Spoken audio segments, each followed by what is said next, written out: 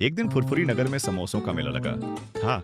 मोटू की तो खुशी का ठिकाना ही नहीं रहा। वाह पतलू, हर तरफ समोसे ही समोसे। पतलू ने समझाया, मोटू ज्यादा मत खाना, पेट खराब हो जाएगा। तभी शहर का डॉन जॉन अपने साथियों के साथ मेले को बर्बाद करने का प्लान बना रहा था। मैं सारे समोसे चुरा लूंगा और मोटू को मजा चखाऊंगा। रात के अंधेरे में जॉन और उसके गुंडों ने सारे समोसे चुरा लिए।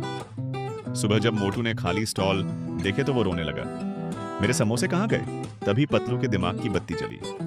मोटू, देखो, जमीन पर चटनी के निशान हैं। ये जरूर चोरों का काम है। दोनों दोस्त चटनी के निशानों का पीछा करते हुए जॉन के अड्डे पर पहुंचे। जॉन और उसके गुंडे समोसे खा रहे थे। ये देखकर मोटू को बहुत गुस्सा आया। जॉन, मेरे समोसे वापस करो। मोटू ने एक ही झटके में जॉन और उसके गुंडों की धुनाई कर दी। उन्होंने सारे समोसे वापस लिए और मेले में लौट आए। फुरफुरी नगर के लोगों ने उनकी जय जयकार की और मोटू ने जी भरकर समोसे खाए।